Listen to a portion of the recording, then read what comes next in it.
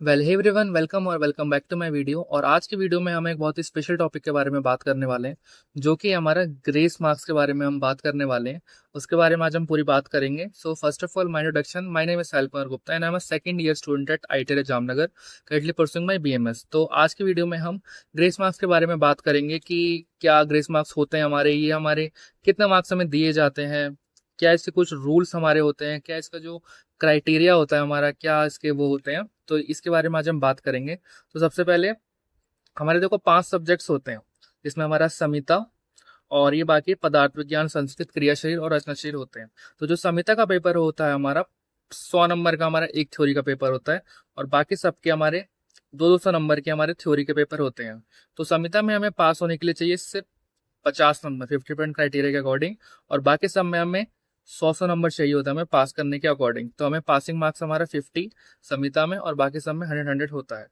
तो grace marks हमारे कब अप्लाई होते हैं? देखो, मान लो कि तुम्हारा क्रिया शरीर का पेपर है और तुम बाकी 4 में पास हो, है ना, क्रिया शरीर के अलावा जो बाकी 4 है उन सब में तुम पास हो, और क्रिया शरीर में तुम्हारे बन रहे हैं 96 नंबर, अगर तुम्हारे बन रहे हैं तो तुम फेल हो, क्योंकि तुम्हें पास होने के लिए चाहिए 100 और तुम्हारे बने 96।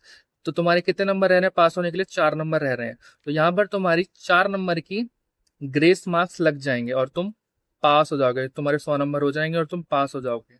तो यहाँ पर ग्रेस कब लगेगी? जब तुम फेल हो रहे होंगे किसी सब्जेक्ट में, ऐसे हमारी ग्रेस लगती है। तो उसके कुछ रूल्स देखते हैं। देखो, मैक्सिमम जो ग्रेस है वो हमारी 11 मार्क्स की है। जो मैक्सिमम ग्रेस हमारी लग सकती है 5 सब्जेक्ट को मिलाकर, किसी एक में या दो में जितनी भी लग सकती है, वो हमारी सिर्फ 11 मार्क्स की है। इससे ज्यादा ग्रेस हमारी नहीं लग सकती है। और maximum grace for one subject, एक सब्जेक्ट में हमारी कितनी ग्रेस लग सकती है? 9 मार्क्स की मैक्सिमम ग्रेस लगेगी। देखो एग्जांपल से देखते हैं।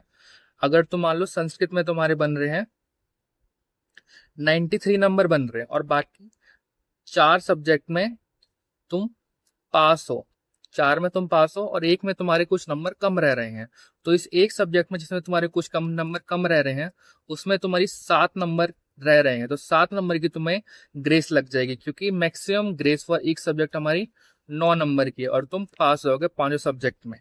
तो मैक्सिमम ग्रेस एक सब्जेक्ट के लिए कितनी है? 9 नंबर की। लेकिन अगर तुम मान लो तुम्हारे संस्कृत में 90 नंबर आ रहे हैं, तो यहाँ तुम्हारे कितने नंबर की जरूरत है? तुम्हें 10 नंबर की जरूरत है। 10 नंबर की तुम्हें यहाँ पर ग्रेस नहीं लगेगी और तुम यहाँ पर फेल हो जाओगे। तो दो या दो से ज्यादा सब्जेक्ट के केस में क्या होता है वो देखते हैं।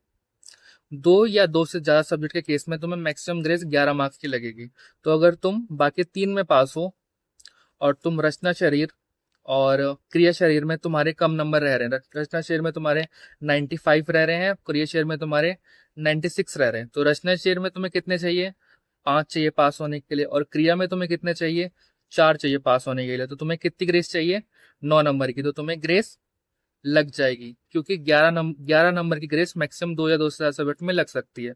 लेकिन अगर तुम्हें रचना में तुम्हारे अगर आ रहे 93 और क्रिया में अगर तुम्हारे आ रहे 92, तुम्हें कितने नंबर की ग्रेस चाहिए? इसमें चाहिए 8, इसमें चाहिए 7, तो तुम्हें चाहिए 15 नंबर की। तो यहाँ पर तुम्हें किसी में भी ग्रेस नहीं लगेगी। ऐसा नहीं है कि अगर तुम बोलो कि कम से कम मेरे को देखो क्रिया में तो पास कर दो, क्रिया में तो मेरे 8 ही नंबर कम रह रहे हैं, बाकी एक की केटी में झेल लूंगा, पर यहाँ पर किसी में भी तुम्हें पास नहीं करेंगे। ऐसे ही ग्रेस काम करता है, ठीक है।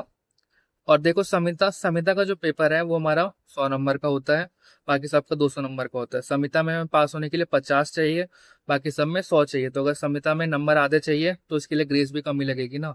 तो समिता में ग्रेस जो हमारा 5 मार्क्स का दे रखा है, तो अगर तुम्हारी समिता में बन रहे हैं 46, 45, 47, तो तुम पास हो जाओगे। बाकी सब में अगर तुम पास हो और समिता में सिर्फ तुम्हारे नंबर रह रहे हैं, तो तुम पास हो जाओगे, ठीक है। और कुछ केस लेते हैं, जैसे मान लो अगर तुम्हारे सारे सब्जेक्ट में, रचना शरीर, क्रिया शरीर, संस्कृत में, समिता में, पदार्थ विज्ञान में, सब में तुम्हारे अगर 99 नंबर बन रहे हैं, तुम सिर्फ एक मार्क्स से फेल हो रहे हो, तो तुम्हारी सब में ग्रेस लग जाएगी। कितने कितने नंबर की? एक मार्क्स की तुम्हारी सब में ग्रेस लग जाएगी, और तुम्हारे 100 नंबर आ जाएंगे और तुम सब में पास हो जाओगे।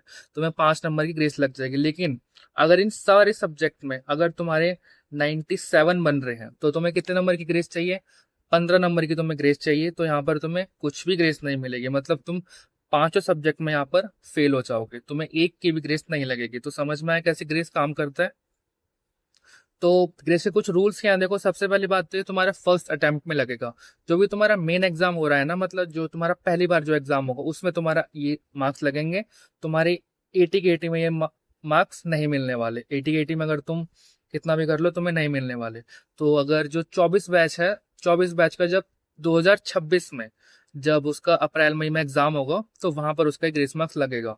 दूसरी बात, जब तुम फेल हो रहोगे तभी तुम्हें ग्रेस मार्क्स लगेगा, बाकी तुम्हें ग्रेस मार्क्स नहीं लगेगा कि तुम्हारे नंबर बढ़ जाए, इस टाइप से कुछ भी तुम्हें ऐसे नहीं लगेगा।